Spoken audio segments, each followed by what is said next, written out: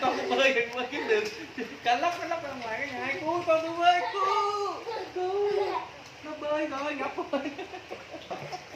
Rồi con nói gì mẹ đi quay clip nó làm sao đó. Tôi đi tắm mưa, tôi đi tắm mưa để ướt đồ. Không có nói gì sao gì đó. Ủa chạy ra ướt nón được không? Không.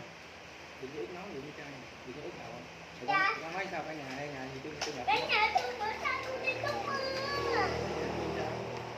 Ở nhà ơi bữa nay tôi đi tắm mưa. Ở nhà mình bị gì? Nhưng mình bị thật mưa. Nói đàng hoàng đi ngồi vậy nói đàng hoàng. Nói với mẹ với mẹ nè, nói cả nhà ơi làm thay sao? Nói lên lớn á, nói đi. Xin chào các bạn, hôm nay nhà mình bị gặp nước. Rồi sao? Xin tiền giúp đỡ. Hôm nay mình đi tắm mưa. Đừng chơi vừa phải đi.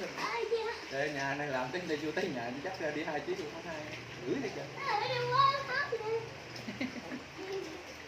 Kìa, bơi coi kìa, tới làm gì luôn. Cái